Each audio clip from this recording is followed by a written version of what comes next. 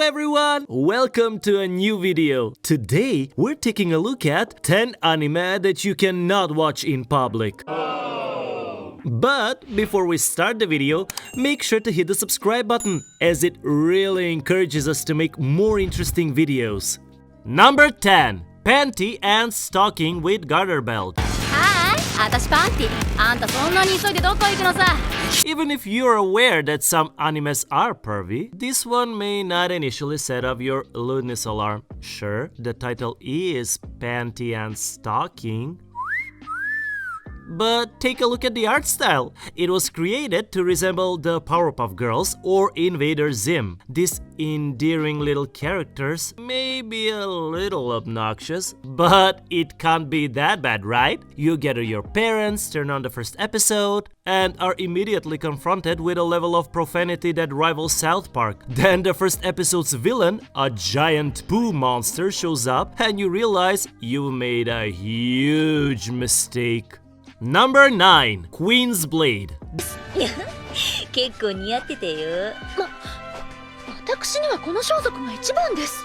Depending on where you draw the line between anime and pornography, this may not be the only or even the worst series you'd be hesitant to watch in public. However, determining exactly where to draw the line is more difficult than it appears. Queen's Blade, a cartoon that asks how close you can get to being porn while still attempting to maintain a semblance of mainstream respectability, perfectly straddles that line with a pride. We might be able to tell you what Queen's Blade is all about. It tells the story of an all-woman fighting tournament held once every 4 years to determine who will be the new queen in a fantasy setting, simply known as the continent. But let's be honest, this plot is nothing more than a flimsy excuse for an eclectic roster of hot ladies to fight each other and, in the process, accidentally tear each other's clothing.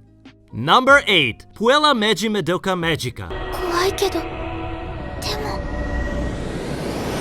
Everything about Puella Meiji Madoka Magica's setup suggests that it will be a kid-friendly magical girl adventure. Madoka Kaname, a good-hearted middle school student, meets a magical talking cat who invites her to join a team of magical superheroes tasked with battling spooky reality-bending monsters. And the show keeps its word until episode 3. When it stabs you in the heart with a knife without a warning. First, a monster brutally murders a major character.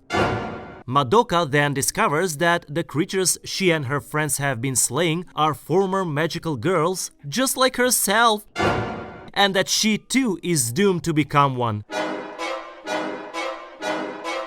If that wasn't bad enough, it's starting to look like their cute kitty cat sidekick is actually a demon to whom they've unwittingly sold their souls. Number 7. Kill la Kill.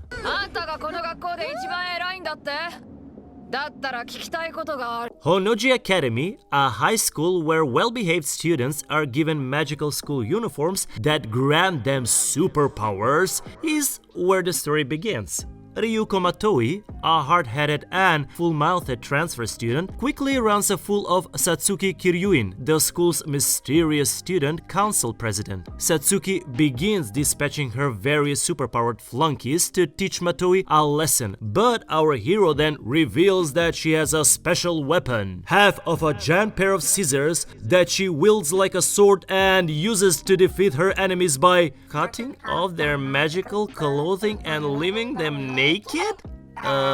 Okay. Things get even naughtier when Ryuko gets her own uniform, which is without a doubt one of the most revealing outfits in anime history, which is saying a lot. All of this and the most unsettling experience you'll have while watching this show. In episode 16, we see Satsuki being molested by her mother. And this delightfully horny romp abruptly becomes significantly less fun. There's a lot to like about Kill la Kill, but it's not for the entire family. When you're alone, play this thorny favorite and allow yourself to wallow in all those conflicting emotions. Number 6. Made in Abyss.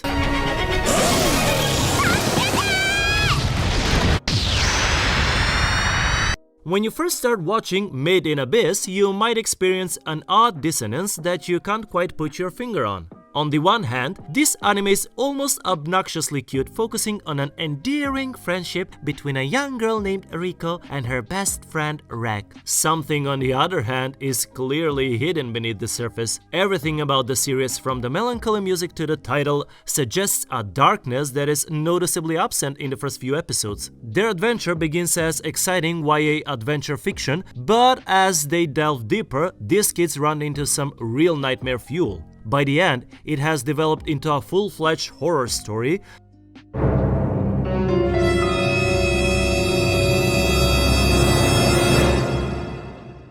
Unfit for public consumption. Finally, for some reason or another, our little kid protagonists end up getting naked far more frequently than it's necessary. It's usually played for hilarity or cuteness, but it can still make for some awkward moments in park or cafe. Number 5. Berserk.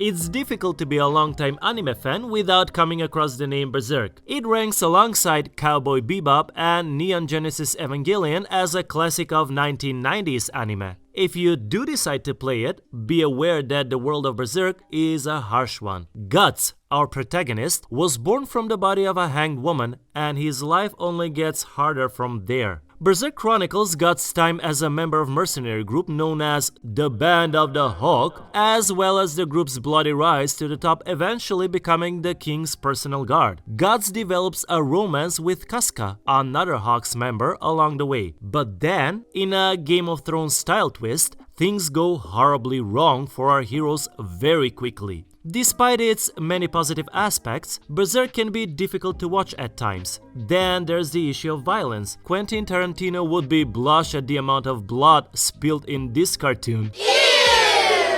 And unlike the original manga, where sword fights usually end with intestines, brains, and eyeballs spilling all over the place, these levels of violence were actually toned down. Then there's the matter of the sexual assault. Rape is a recurring plot device throughout the show, but the real kicker comes in the final episode, when Casca is brutally raped on screen.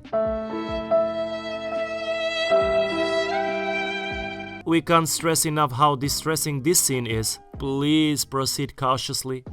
If you're enjoying this video and are interested in more anime videos, then don't forget to like this video and subscribe to our channel for more videos like this. Number 4. Elfen Lied.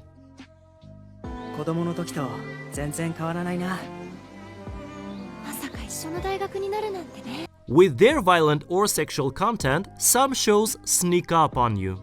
Elfen did not lie. This show tells you what you're in for from the right start. With a severed arm sitting on the ground, a naked woman fleeing from a government facility kills dozens of armed guards by tearing them in half with her mind.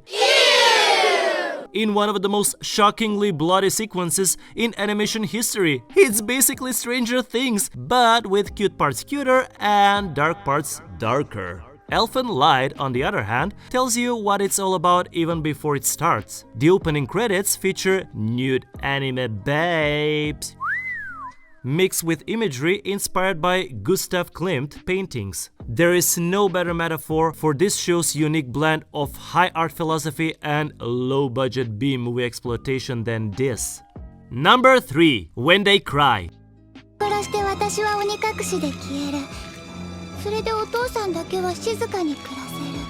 Many of the shows we're talking about today start out as family-friendly, but after a few episodes, they turn dark and violent. When They Cry is perhaps the pinnacle of this subgenre, as its unique premise allows it to play this trick on the audience over and over and over again. Kiichi Maebara, a high school student, has recently moved to Hinamizawa and is getting to know his new classmates Rina and Mion. However, Keiichi is uncovering Hinamizawa's dark past, which includes a long history of unsolved murders.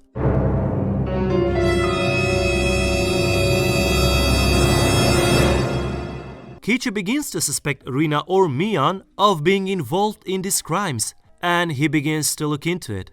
After his two new friends attack him in the 4th episode, attempting to murder him for unknown reasons, Keiichi kills Rina and Mion in self-defense with a baseball bat. Keiichi is discovered dead in short time later. But the police aren't sure what killed him. Then the 5th episode begins and all 3 of our main characters are resurrected, seemingly reliving the events of the 1st episode and having no recollection of their previous deaths. Is it a loop in time? Is it possible that they're in hell? Are you stuck in a computer simulation? You'll have to wait and see to find out. But it's fascinating mystery. But don't invite your more sensitive family members, as this show contains some truly disturbing scenes, such as 10-year-olds slitting their own throats with knives. Number 2. Shadow Star. 区切りの年だし、俺の話聞いてねえのか？行ってみたいの。やめとけって椎名。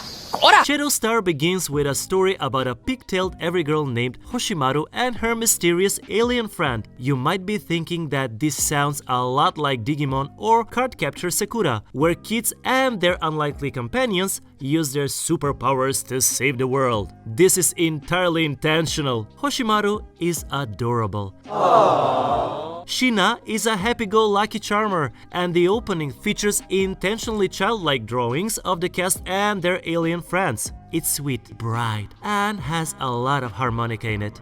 Shadow Star begins this way and then ends as one of the most graphically disturbing anime series of the 2000s 13 episodes later.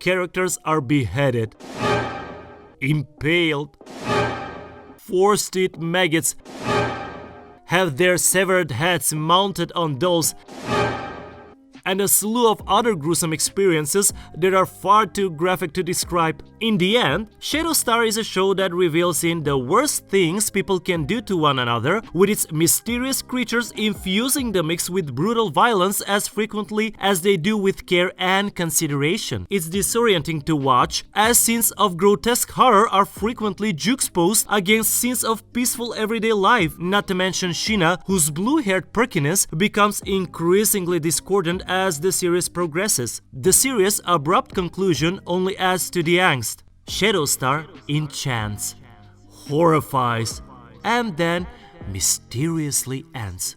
With little in the way of explanation and certainly nothing resembling comfort, the viewer is left to absorb everything that happens on screen. Number 1. Chobits. 学生だったんだけど。Chobits is an ostensibly a fun slice of life science fiction romance anime, but there isn't a single relationship that isn't nauseatingly inappropriate in this show. It begins with Hideki, a man who discovers a discarded female robot in the trash. Hideki looks all over this robot's body for a power switch, but can't find one until he looks in a very private spot. Okay, Hideki is finally able to turn her on by pressing this button. Chi, the robot, has no memories and has the mentality of a child. Because it's a romance story, Hideki and Chi do eventually fall in love, but due to the location of Chi's aforementioned power switch, she and Hideki are unable to participate in certain activities. If he touches her, she will be completely reset and lose all her memories. It's a cute spot, right? Obviously, a relationship between a grown-up man and a robot with the mind of a newborn isn't ideal, but hey, it's a far from the show's most heinous. High school students and teachers have a romantic relationship. A young boy has an ambiguous relationship with a robot who has taken on the personality of his deceased sister. A husband and wife who are unable to conceive a child build a robot daughter, but the daughter falls in love with her father. Well, that's the end of today's video. If you enjoyed the video, hit the like button and comment below. Oh, also, don't forget to subscribe and hit the notification bell if you're new to this channel to be notified when we upload more content.